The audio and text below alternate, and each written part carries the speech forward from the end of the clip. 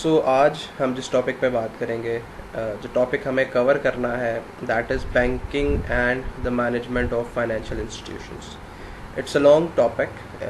अगर मैं इसकी डिटेल आपको बताऊं जो मैंने लिखी भी हैं, they are preparation of the bank balance sheet, banking structure, general principles of the bank management, managing credit risk, and managing interest rate risk. इस कंप्लीट टॉपिक को हम कुछ वीक्स में कवर करेंगे, कुछ डिफरेंट लेक्चर्स में कवर करेंगे। Detail में मैं आपको बैंकिंग का स्ट्रक्चर बताऊंगा, बैंकिंग के डिपार्टमेंट्स के बारे में बताऊंगा, बैंक के डिपार्टमेंट्स की वर्किंग के बारे में बताऊंगा, सो दैट कि एक डिटेल्ड इंफ्रास्ट्रक्चर, एक डिटेल्ड स्केच आपके माइंड में बन जाए बैंकिंग के बारे में, कि बैंक क्या है, किन डिपार्टमेंट्स पे मुश्तमिल है, कैसे काम करता है, और हर बैंकर या हर बैंक का डिपार्टमेंट और उनके ऑफिशियल्स कैसे काम करते हैं। इस पे हम वन बाय वन डिस्कस करेंगे। जब एक पूरे बैंकिंग का स्केच आपके माइंड में बन जाएगा, फिर हम उससे आगे फर्दर बात करेंगे कि बैंक इन प्रिंसिपल्स पे काम करता है, कैसे क्रेडिट रिस्क को मैनेज करता है, कैसे इंटरेस्ट रिस्क को मैनेज करता है। ये आज की हमारी आउटलाइन है जिसको हम आज के लेक्चर में डिस्कस करेंगे। We will discuss about cash department. Cashier and universal tellers are the designations who are actually working in this department, which is called cash department.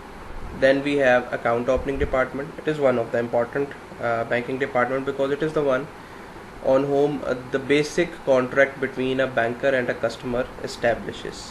ये वो डिपार्टमेंट है जहाँ पे बिल्कुल इनिशिएशन से या एक ज़ीरो लेवल से कस्टमर अपना बैंकिंग के साथ कॉन्ट्रैक्चुअल रिलेशनशिप बिल्ड करता है, और इस रिलेशनशिप के बाद बहुत सारी फैसिलिटीज़ बैंक की तरफ से प्रोवाइड की जाती हैं, बहुत सारी रिक्वेस्ट कस्टमर्स की तरफ से आती हैं। अगर यहाँ पे रिलेशनशिप बिल्डिंग में कोई प्रॉब्लम हो जाए, कोई डॉक्यूमेंट्री फॉर्मेलिटी रह जाए या कोई ऐसा लकूना रह जाए, तो इस किस्म की मिस्टेक आगे आके बहुत ज़्यादा प्रॉब्लम क्रिएट कर सकती है। So this is a very important department as far as banking is concerned. Then we have clearing department, इसको भी हम डिटेल में डिस्कस करेंगे, एंड द रेमिटेंस डिपार्टमेंट। आज का लेक्चर स्टार्ट करते हैं। Towards the main topic, that is the bank. I have written this definition as the simplest definition of the bank, that what does a bank do? Bank is an institution which borrows to lend. And why would a bank do this? Because the bank is a commercial entity, and as you had studied in introduction to business, any business does not operate as a business if its intention is not to earn profit. So bank is a commercial entity. It is also a business. So the bank also intends to operate for the sake of earning profit through legalized ways. So bank, to get the profit, to earn the profit, bank borrows at a lower rate of interest and lends at a higher rate of interest, and the difference between the two is the profit of the bank. This is called deposit mobilization.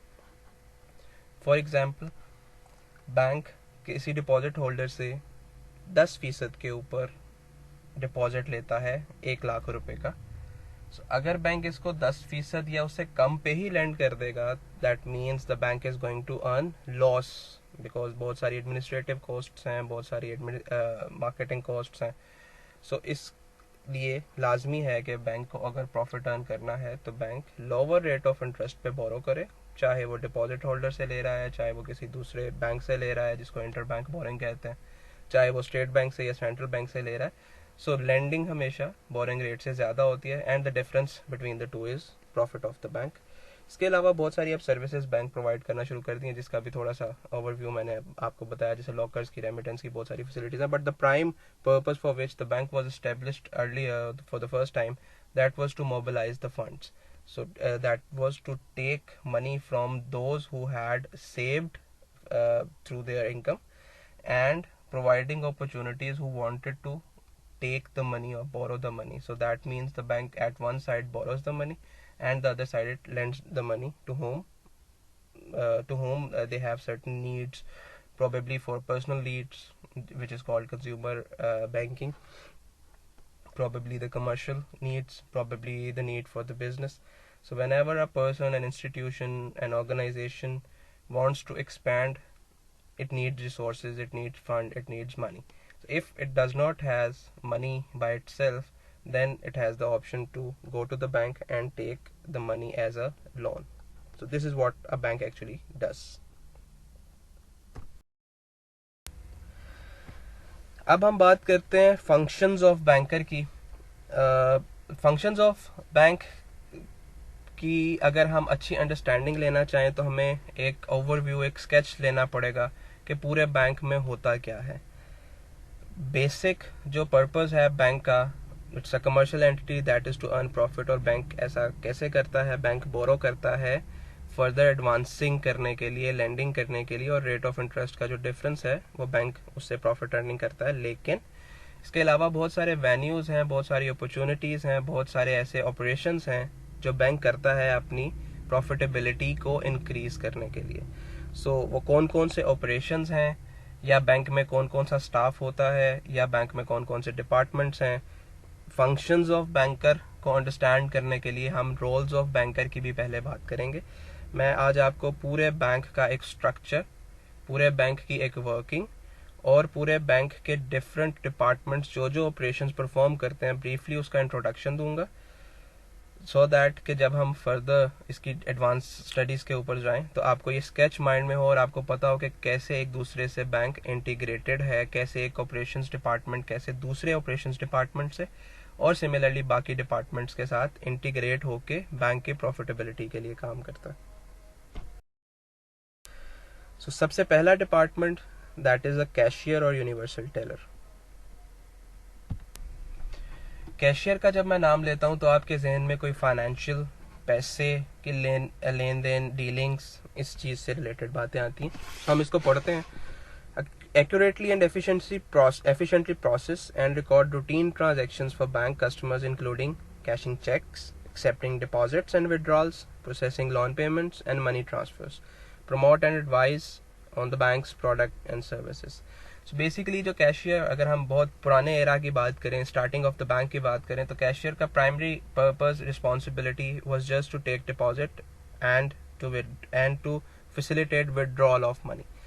सो जब भी कोई individual bank में अपने account में पैसे deposit करवाने आता है तो वो एक स्लिप, जिसको हम पेन स्लिप या डिपॉजिट स्लिप कहते हैं, वो जमा उसको फिल करता है, उसके साथ पैसे देता है, और कैशियर उन पैसों को देख के, चेक करके, क्या ये सारे नोट्स को जो उसकी रिस्पॉन्सिबिलिटी में शामिल है चेक करके, अगर सब ठीक है, डिपॉजिट स्लिप या पेन स्लिप ठीक से फिल्ड है, तो उसको उसके अकाउंट में जमा करवा देता है थ्रू अ प्रॉपर सॉफ्टवेयर और थ्रू अ बैंकिंग चैनल, जैसे भी वो बैंक अपने इंटरनल प्रोसीजर्स को चला रहा है. सिमिलरली जब कोई कस्टमर अपने अकाउंट में से पैसे विड्रॉ करना चाहता है तो एक इंस्ट्रूमेंट बैंक को प्रोवाइड करता है जिसको चेक कहते हैं. तो एक इंडिविजुअल चेक लेके बैंक के पास आता है. The first person that he met for the withdrawal of money is the cashier. वो चेक कैशियर को देता है. Cashier cheque is a negotiable instrument. वो उस नेगोशिएबल इंस्ट्रूमेंट के तमाम पैरामीटर्स देखता है, that either date is valid, signature are the correct ones, amount in figures and amount in words are the same, cheque जो है वो ठीक, म्यूटिलेटेड तो नहीं है, फटा हुआ तो नहीं है, फेक तो नहीं लग रहा. सो वो तमाम चीज़ें देख के अगर वो सब ठीक है तो जितनी अमाउंट इंडिविजुअल मांग रहा होता है, उसने चेक पे लिखी होती है, उतनी वो कैश करके उसको हैंड ओवर कर देता है. So this was the primary responsibility of the cashier. But by the time as the bank progresses and as the infrastructure progresses, cashier को और भी रिस्पॉन्सिबिलिटीज मिलना शुरू हो गई. For example acceptance of utility bills. जैसे जैसे बैंकिंग ऑनलाइन होती चली गई ना, ऑनलाइन बैंकिंग इज कि आप एक, लेट्स से आपका अकाउंट जौहर टाउन ब्रांच में, किसी भी बैंक की जौहर टाउन ब्रांच में, और आप गार्डन टाउन ब्रांच में जाके पैसे जमा करवाना चाहते हैं. So that means garden town branch is facilitating you to take deposit from you in the garden town, and then they are transferring that specific amount which you are depositing to your Johor Town branch and then to your individual customer's account.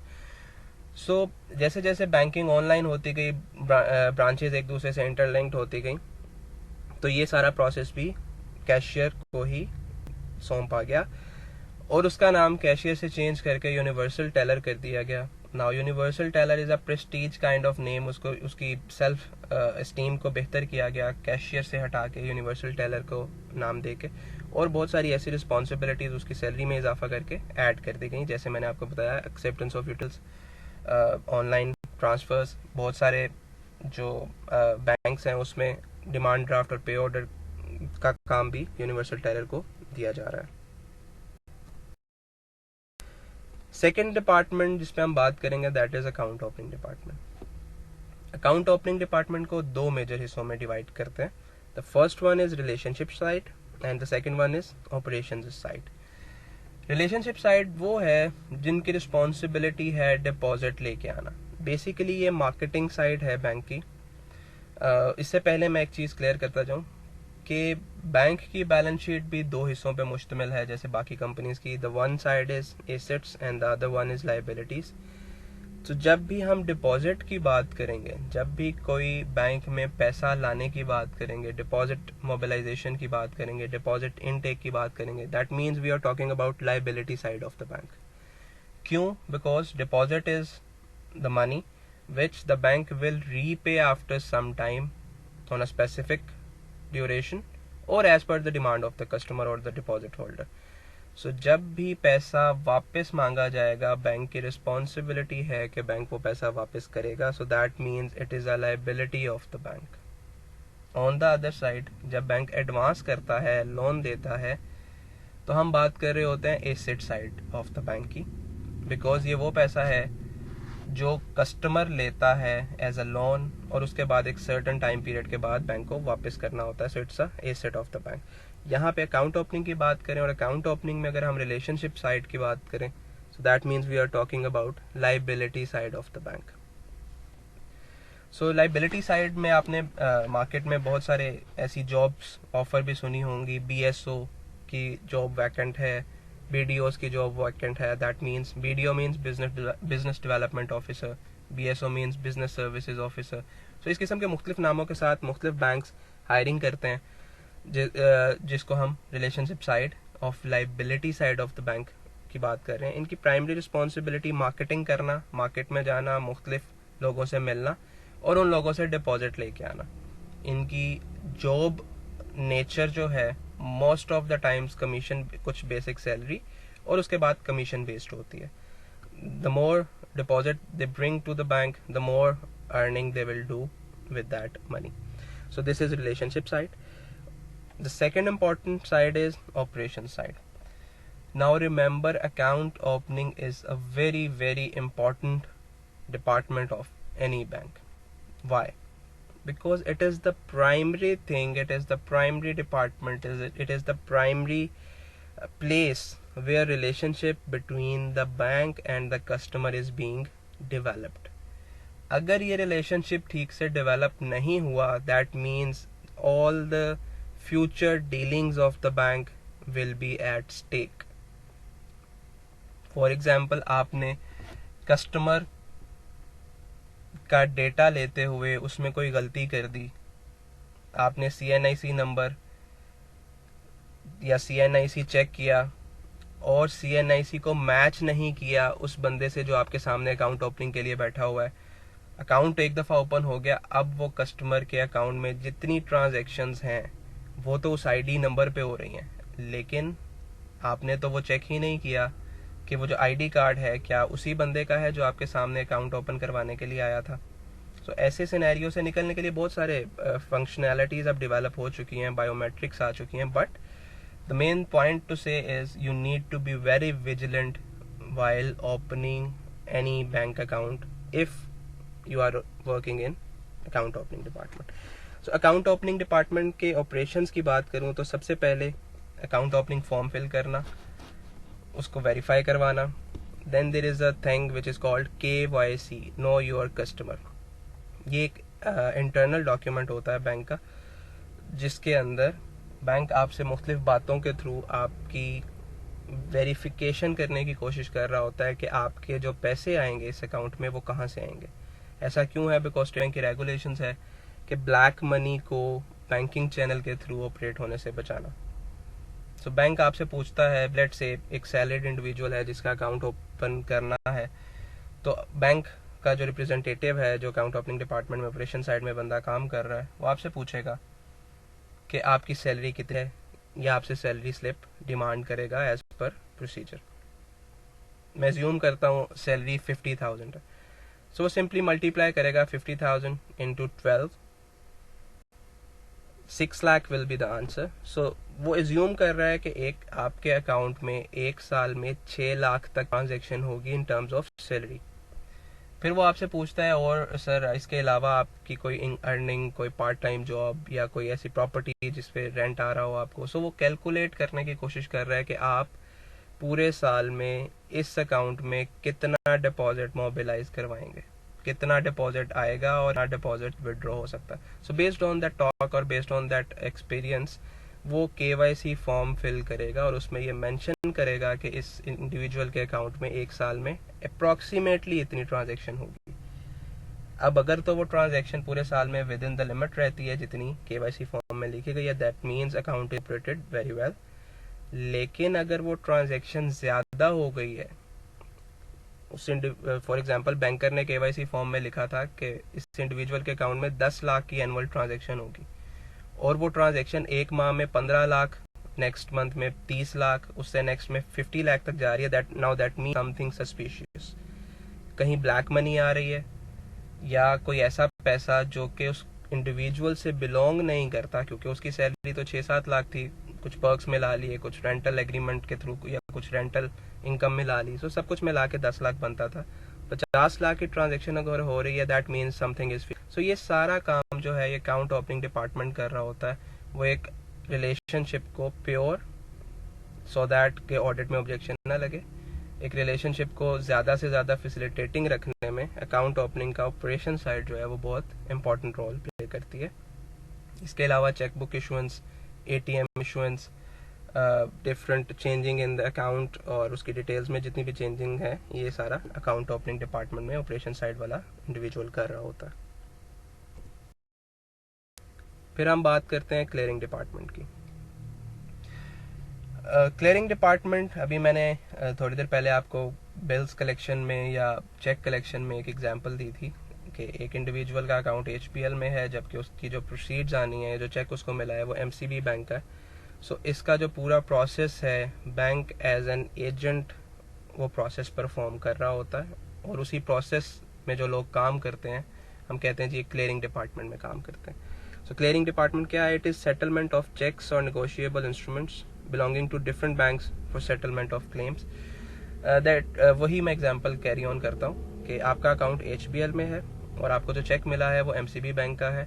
सो आप HBL में जाते हैं और HBL में वो check को deposit करवाते थे। नाउ HBL में जो क्लियरिंग डिपार्टमेंट में काम कर रहा है वो इंडिविजुअल आपसे चेक लेके उसको निफ्ट के प्रोसेस से गुजारता है। Now NIFT is what? National institutional facilitation technologies private limited. ये यकीनन आपने ब्रांच बैंकिंग एंड ऑपरेशंस जब पढ़ा था उसमें पढ़ा होगा।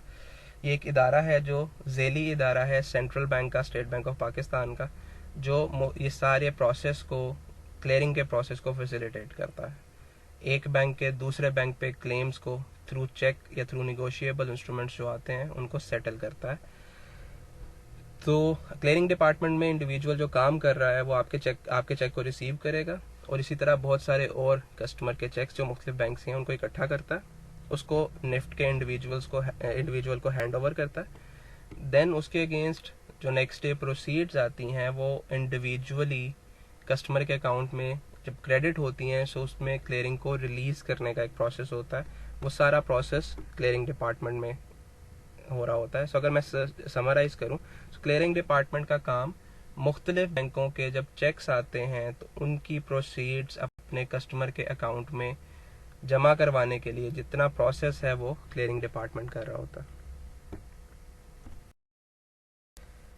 The next department is remittance department. Remittance क्या है? The purpose of remittance is to move funds from sender to the receiver. Now those senders and receivers can be of the same bank, they can be of the same bank and of the same branch, they can be of the same bank and different branches, they can be two different banks. सो इसी हवाले से अगर हम categorise करें तो पहली term use होती है intra bank transfer. Intra bank transfer का मतलब है कि सेम बैंक है बट ब्रांचेस मुख्तलिफ हो सकती हैं या कस्टमर मुख्तलिफ है। सो that means the transfer from one person to another within the same bank. So this is called intra-bank transfer. Then there is interbank transfer. Interbank transfer जैसे international एक word है, international means between the countries, two or more countries. Similarly interbank means between the two different banks. So interbank transfer जब आएगा इसका मतलब है एक bank HBL हो सकता है, second bank can be Bank Islami, और the third bank can be Askari bank limited. So जब एक बैंक से दूसरे बैंक में पैसे ट्रांसफ़र होने हैं, so that is what we call inter bank transfer. और ये चेक के थ्रू भी होता है, पे ऑर्डर डिमांड ड्राफ्ट के थ्रू हो सकता है, ऑनलाइन बैंकिंग के थ्रू हो सकता है, और रियल टाइम ग्रॉस सेटलमेंट जिसको हम RTGS कहते हैं इसके थ्रू हो सकता है। वन बाय वन डिस्कस करते हैं। इंट्रा बैंक ट्रांसफ़र का मतलब है online transfer. Bank has the software and bank has the capability and the capacity to transfer from one branch to another branch. आप गार्डन टाउन ब्रांच में पैसे जमा करवाते हैं और आपको उसको ट्रांसफ़र करवाना है कराची में किसी जगह पे, कराची के किसी ब्रांच में। So the bank is doing an intra bank transfer. फिर सेकंड बात करते हैं इंटर बैंक ट्रांसफ़र की। एक चेक की एग्जांपल मैं आपको पहले दे चुका हूँ, सो हम चेक से मूव ऑन करते हैं towards the pay order and the demand draft. पे ऑर्डर डिमांड ड्राफ्ट भी आपने ब्रांच बैंकिंग एंड ऑपरेशंस में पढ़ा। जस्ट टू समराइज, पे ऑर्डर डिमांड ड्राफ्ट एक बैंकर्स का चेक होता है। लेट्स से मैं एक चीज़ को बेचता हूँ, एक घर बेचा मैंने 40 लाख रुपए का, और उसके अगेंस्ट जो मुझे डॉक्यूमेंट मिला दैट इज़ अ चेक।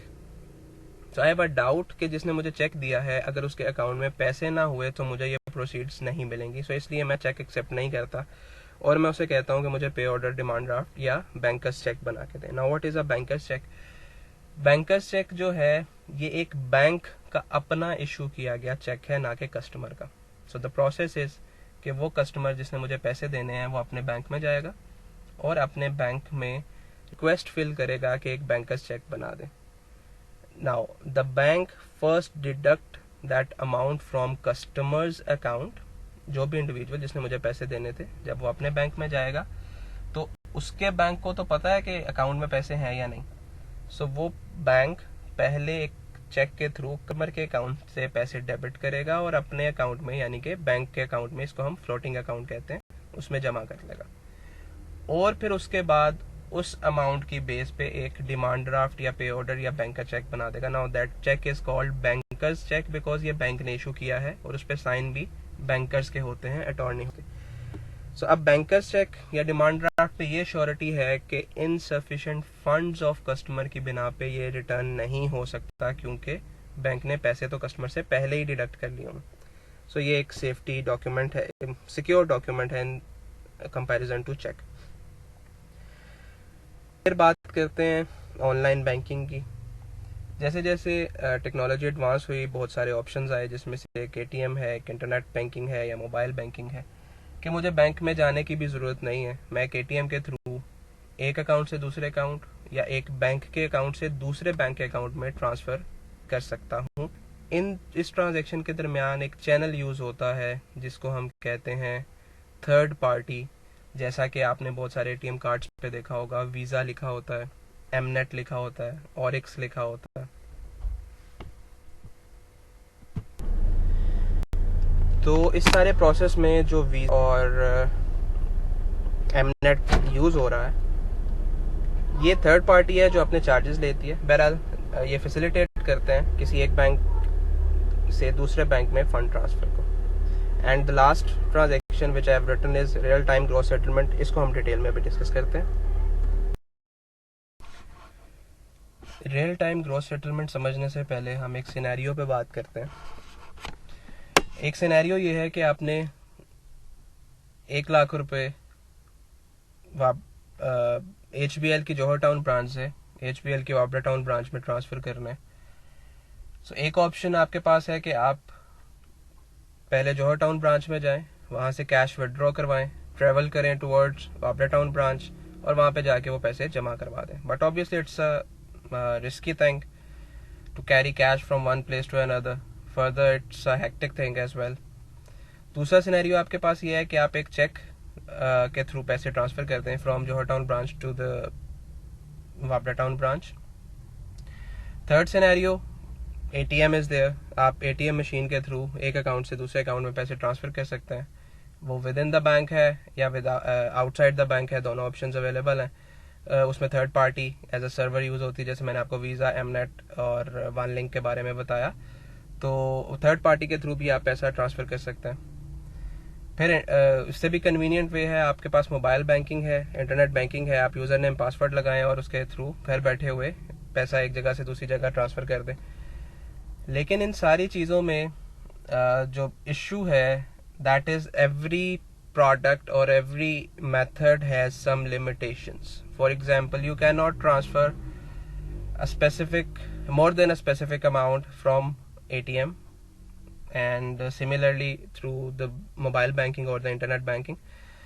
अगर मैं 1 लाख की बात करूं तो yes it is possible कि आप ATM से या इंटरनेट बैंकिंग से या मोबाइल बैंकिंग से पैसे ट्रांसफ़र कर लें, लेकिन अगर ये ट्रांजैक्शन 50 मिलियन की है तो फिर बैंक्स कि ये सारे मोड्स फेल हो जाते हैं, फिर वो ये अलाउ नहीं करता just because of security risk. ऐसा नहीं है कि बैंक के पास इंफ्रास्ट्रक्चर नहीं है, लेकिन इसलिए बिकॉज जो इंटरनेट बैंकिंग है, मोबाइल बैंकिंग है, बहुत सारे फिशिंग स्कैम्स और बहुत सारे हैकिंग मोड्स अवेलेबल हैं, बहुत सारे ऐसे अनासर मौजूद हैं जो आपके अकाउंट को हैक करके मैनिपुलेट कर सकते हैं। सो इसलिए बैंक में एक लिमिट होती है, कुछ बैंकों में 1 लाख, कुछ बैंकों में 2 लाख, कुछ बैंकों में 5 लाख, कि एक दिन में एक अकाउंट से इंटरनेट बैंकिंग के थ्रू या ATM के थ्रू या मोबाइल बैंकिंग के थ्रू इससे ज़्यादा अमाउंट ट्रांसफ़र नहीं हो सकती। सो ऐसी सिचुएशन में अगर एक बैंक से दूसरे बैंक में पैसे जमा करवाने हैं तो एक मोड बचता है कि आप एक बैंक के ब्रांच से कैश विड्रॉ करवाएं और दूसरे बैंक की ब्रांच में जमा करवाएं, but obviously it's a very hectic thing, it's a risky, robbery का चांस है, थेफ्ट का चांस है। सो सेकंड ऑप्शन चेक है कि आप एक चेक पे लिखें कि ऐसे इंडिविजुअल के नाम जिसके जो कि बेनिफिशियरी है या जिसको आप पैसे देना चाहते हैं, वो कस्टमर चेक लेके अपनी ब्रांच में जाएगा और जैसे मैंने आपको क्लियरिंग डिपार्टमेंट में निफ्ट का थोड़ा सा प्रोसेस बताया था, निफ्ट के थ्रू वो नेक्स्ट डे, अगर वो निफ्ट का मेंबर है, ऑनलाइन बैंकिंग मौजूद है और अगर वो 2 मुख्तलिफ शहरों के दरमियान है तो फिर 2 दिन से भी ज़्यादा लग सकते हैं। सो वो पैसों की प्रोसीड्स आते हुए चेक के थ्रू या पे ऑर्डर या डिमांड ड्राफ्ट के थ्रू 1 दिन से ज़्यादा टाइम लग सकता है। सो ऐसे टाइम पे रियल टाइम ग्रॉस सेटलमेंट और RTGS ये ट्रांजेक्शन हमारे काम आती है। अब ये क्या है? Real time gross settlement are mechanisms that enable banks to make large value payments to one another in real time using online telecommunication facilities as well as state-of-the-art computer systems. The payments are settled on gross basis in real time, thus minimizing the systematic risk and that are inherent in large value net settlement transactions or systems. मैं इस transaction को आपको बहुत ही simplify करके explain करता हूँ। एक ऐसा इंडिविजुअल जो 50 मिलियन अपने अकाउंट से, let say Lahore HBL Lahore वापडा टाउन ब्रांच से कराची DHA की ब्रांच में 50 मिलियन ट्रांसफ़र करना चाहता है। मैं अपनी एग्जांपल लेता हूँ, मैं ट्रांसफ़र करना चाहता हूँ। सो ऐसे सिनेरियो में मैंने आपसे पहले बताया, एक ऑप्शन ये है कि मैं चेक दे दूँ उस बेनिफिशरी को और वो बेनिफिशरी जो कि कराची में है वो अपने बैंक में जमा करवाए। वो सारी प्रोसीड्स आते हुए कम से कम 1 दिन और उसके ज़्यादा भी लग सकता है। सो वो प्रोसेस से बचने के लिए रियल टाइम ग्रॉस सेटलमेंट की तरफ जाते हैं। मैं अपने बैंक में जाता हूँ और मैं अपने बैंक को एक डेजिग्नेटेड रिक्वेस्ट फॉर्म जो बैंक के बने हुए हैं उस पर रिक्वेस्ट फिल करके अपने चेक के साथ बैंक को जमा करवाता हूँ that I have an account with you, this is the cheque which is approve that yes you can debit my account, मेरे अकाउंट से 50 मिलियन निकाल लें। साथ में RTGS फॉर्म फिल करता हूँ, वो RTGS की एक रिक्वेस्ट है, मैं उसको फिल करता हूँ और उसमें ये बताता हूँ कि ये पैसे कराची के अंदर ABC कस्टमर मेरा है या ABC इंडिविजुअल है DHA के अंदर या बहरिया के अंदर, उसके अकाउंट में ये पैसा ट्रांसफ़र कर दें। अब अगर तो ये सेम बैंक होते फिर तो बैंक इंट्रा बैंक के थ्रू बड़ा कन्वीनियंटली एक अकाउंट से दूसरे अकाउंट में विद इन सेकेंड्स वो पैसे ट्रांसफ़र कर देता, लेकिन क्योंकि 2 मुख्तलिफ बैंक हैं, मैं HBL का कस्टमर हूँ, मेरा अकाउंट HBL में है और जो बेनिफिशरी है उसका account let's say bank Alfalah limited में है। Now it is not possible कि वो इमीडिएटली विद इन सेकेंड वो पैसे ट्रांसफ़र कर सके और वहीं पे RTGS यूज़ होगी। सो मैं एक चेक के हमरा और साथ में RTGS फॉर्म को फिल करके बैंक में रिक्वेस्ट पुटअप करूँगा कि मेरे अकाउंट से 50 मिलियन को डिडक्ट करके ABC कस्टमर जो कि कराची की DHA बैंक अल्फला लिमिटेड में कस्टमर मौजूद है उसके अकाउंट में ट्रांसफ़र कर दें। अब जो रेमिटेंस डिपार्टमेंट में इंडिविजुअल काम कर रहा होगा वो मेरी रिक्वेस्ट को प्रोसेस करेगा। सबसे पहले वो अपने ट्रेजरी ऑफिस को या ऐसा ऑफिस जो स्टेट बैंक या सेंट्रल बैंक से लाइजॉन करने की अथॉरिटी रखता है उसको ट्रांसफ़र करेगा सेम रिक्वेस्ट। अब ट्रेजरी ऑफिस को हम लेटर स्टेज पे पढ़ेंगे क्या है, लेकिन जस्ट एक ब्रीफ ओवरव्यू बताऊं। एक ऐसा डिपार्टमेंट जो पूरे बैंक के डिपॉजिट को इन्वेस्ट करता है या उसको मोबिलाइज करता है वो ट्रेजरी ऑफिस का काम है।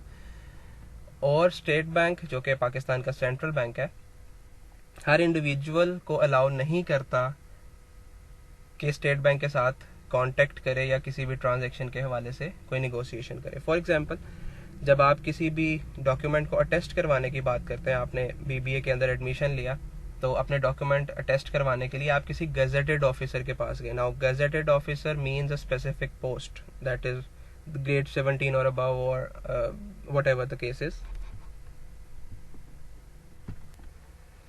सो मैं अपने एक डेजिग्नेटेड फॉर्म को RTGS फॉर्म को साथ में चेक को जमा करवाऊंगा बैंक को। बैंक का अकाउंट ओपनिंग फॉर्म बैंक का जो रेमिटेंस ऑफिसर है वो मेरी एप्लीकेशन को पुट अप करेगा टुवर्ड्स द ट्रेजरी। और मैं आपको बता रहा था कि गजेटेड ऑफिसर से आप अटेस्ट करवाते हैं, that means he is having a certain post जो आपके डॉक्यूमेंट से टेस्ट कर सकता है। सिमिलरली बैंक के अंदर ऐसे डेजिग्नेटेड ऑफिसर्स मौजूद होते हैं जो सेंट्रल बैंक से कांटेक्ट कर सकते हैं, सेंट्रल बैंक उनकी बात को एक्सेप्ट कर सकता है। अदरवाइज कोई भी इंडिविजुअल चाहे वो बैंकर है चाहे वो ऑफिशियल है बैंक का, लेकिन अगर वो ऑथराइज्ड नहीं है तो वो स्टेट बैंक से या सेंट्रल बैंक से डील नहीं कर सकता। सो इसलिए मैं आपको ट्रेजरी ऑफिस का नाम ले रहा हूँ। सो ट्रेजरी ऑफिस को जो रेमिटेंस ऑफिसर होगा वो इन्फॉर्म करेगा दैट ओवर कस्टमर, जो मैंने आपको अपनी एग्जांपल दी 50 मिलियन की अमाउंट की बात की, कि हमारे बैंक से कराची के अंदर bank Alfalah limited DHA branch में 50 मिलियन अमाउंट ट्रांसफ़र होनी है। नाउ द प्रोसेस इज मैंने रिक्वेस्ट की रेमिटेंस ऑफिसर को, रेमिटेंस ऑफिसर ने रिक्वेस्ट की अपने ट्रेजरी ऑफिस को, ट्रेजरी ऑफिस रिक्वेस्ट करेगा सेंट्रल बैंक को यानी कि स्टेट बैंक ऑफ पाकिस्तान को। सेंट्रल बैंक ऑफ पाकिस्तान उस ट्रांजैक्शन को प्रोसेस करेगा अपनी बुक्स ऑफ अकाउंट्स में। ये बात आप पहले से जानते होंगे कि हर कमर्शियल बैंक का सेंट्रल बैंक में अकाउंट ओपन होना मैंडेटरी है। सो दैट मीन्स मेरे बैंक का यानी कि HB का और वो बैंक जिसमें पैसे ट्रांसफ़र होने हैं यानी कि बैंक अल्फला, दोनों के अकाउंट मौजूद होंगे स्टेट बैंक के साथ। तो स्टेट बैंक उसको प्रोसीड करेगा उस ट्रांजैक्शन को, और जैसे ही ट्रांजैक्शन प्रोसेस होगी उसका एक यूनिक नंबर जनरेट होता है जिसको हम कहते हैं RTGS number, real time gross settlement number. That is a unique code जो एक सर्टेन ट्रांजैक्शन को रिफ्लेक्ट कर रहा होता है। फॉर एग्जांपल एक बार कोड की बात कर लें, आप ग्रोसरी स्टोर पे जाते हैं, आप एक प्रोडक्ट देते हैं कैशियर को, कैशियर उसको स्कैन करता है एक बार कोड रीडर के थ्रू, जैसे ही वो स्कैन करता है वही प्रोडक्ट सामने आती है। That means every product has a unique code. Similarly RTGS भी एक यूनिक कोड पे मुश्तमिल होती है। सो ट्रांजैक्शन जैसे ही स्टेट बैंक प्रोसेस करता है एक RTGS नंबर जनरेट होता है और वो RTGS नंबर इन्फॉर्म कर दिया जाता है दोनों बैंकों के, यानी कि रिक्वेस्टेड जिसने रिक्वेस्ट की जिस बैंक ने, और बेनिफिशियरी बैंक यानी कि जहां पैसे ट्रांसफर होने हैं, दोनों के ट्रेजरी ऑफिस या जो डेजिग्नेटेड ऑफिसर्स हैं जो स्टेट बैंक से या सेंट्रल बैंक से रब्ता रख सकते हैं, उनको इन्फॉर्म कर दिया जाता है एक बैंक को that yes we have taken your transaction, और वो पैसे अब हम ट्रांसफ़र करने जा रहे हैं towards the beneficiary bank. So beneficiary bank bank Alfalah limited था, यहाँ बैंक अल्फला लिमिटेड के ट्रेजरी ऑफिस को इन्फॉर्म कर दिया जाएगा। ट्रेजरी ऑफिस जो कि कहीं डिफरेंट एरिया में भी हो सकता है, डिफरेंट सिटी में हो सकता है, वो इन्फॉर्म करेगा उस रिस्पेक्टिव ब्रांच को जिस ब्रांच में आप पैसे ट्रांसफ़र करना चाहते थे यानी कि DHA ब्रांच, और फिर DHA ब्रांच से वो प्रोसीड्स फॉरवर्ड होंगी उस इंडिविजुअल कस्टमर के नाम पे जो आपने बेनिफिशियरी के तौर पे लिखा RTGS फॉर्म फिल करते हुए. So that is a whole transaction which is called real time gross settlement. So settlement last procedure कैसे होती है? सेंट्रल बैंक के पास क्योंकि सब बैंकों के अकाउंट हैं, सो वो एक अकाउंट को डेबिट कर देता है और एक अकाउंट को क्रेडिट. सो डेबिट वो किसको करेगा? उस बैंक को जिसमें से पैसे विदड्रॉ होने के HBL को, और जिस अकाउंट में पैसे जमा हो रहे हैं यानी कि बैंक अल्फा लिमिटेड, उसके अकाउंट को 50 मिलियन से क्रेडिट कर दिया जाएगा और बैंक रिस्पेक्टिवली वो 50 मिलियन अब आपके उस कस्टमर जिसको आप पैसे ट्रांसफर करना चाहते थे उस अकाउंट में ट्रांसफर कर देगा. सो ये पूरी transaction RTGS real time gross settlement कहलाती है. सो अब अगर हम फाइनल में बात करें, अभी तक हमने मुख्तलिफ डिपार्टमेंट्स पढ़े जिसमें कैशियर और यूनिवर्सल टेलर पढ़ा, अकाउंट ओपनिंग फॉर्म पढ़ा, क्लियरिंग डिपार्टमेंट पढ़ा, रेमिटेंस डिपार्टमेंट पढ़ा. ये सारे डिपार्टमेंट्स ऑपरेशंस डिपार्टमेंट कहलाते हैं. As an aggregate, as a whole, all these are called operations department. Remittance दो किस्म की होती हैं, inward remittance, outward remittance. Inward remittance means कि आपके अकाउंट में पैसे आ रहे हैं, आपके बैंक में पैसे जमा हो रहे हैं या आपके कस्टमर के अकाउंट क्रेडिट हो रहा है. और आउटवर्ड रेमिटेंस का मतलब आपके अकाउंट से पैसे निकल रहे हैं, बैंक के अकाउंट से पैसे दूसरे बैंक में जा रहे हैं. सो this is called outward remittance. Similarly local remittance भी होती है, फॉरेन रेमिटेंस भी होती है. If it is between the same countries boundary तो इसको हम इसको हम लोकल रेमिटेंस कहेंगे. और अगर ये ट्रांजेक्शन बिटवीन द बॉर्डर्स है, internationally between two different borders है, तो इसको हम फॉरेन रेमिटेंस कहेंगे. सो आज के लेक्चर को कंक्लूड करते हैं. अभी तक हम बैंकिंग के कुछ बेसिक डिपार्टमेंट्स के बारे में पढ़ चुके हैं. बैंकिंग के ऑपरेशंस डिपार्टमेंट हम इसको मुख्तलिफ हिस्सों में बैंक को डिवाइड करेंगे, जैसे क्रेडिट डिपार्टमेंट भी है, ट्रेड डिपार्टमेंट भी है, ट्रेजरी डिपार्टमेंट भी है, जो अपकमिंग लेक्चर्स में मैं आपको डिटेल में बताऊंगा.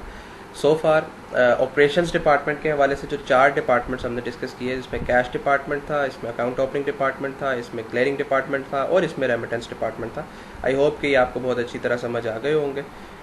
In the next lecture we will be discussing about the rest of the departments of the bank. So till then, make your questions, try to build understanding about the bank, because banking is a very vast industry and banking is fortunately one of the industries जो market में job भी provide कर रही हैं, जो batch hiring भी कर रही है.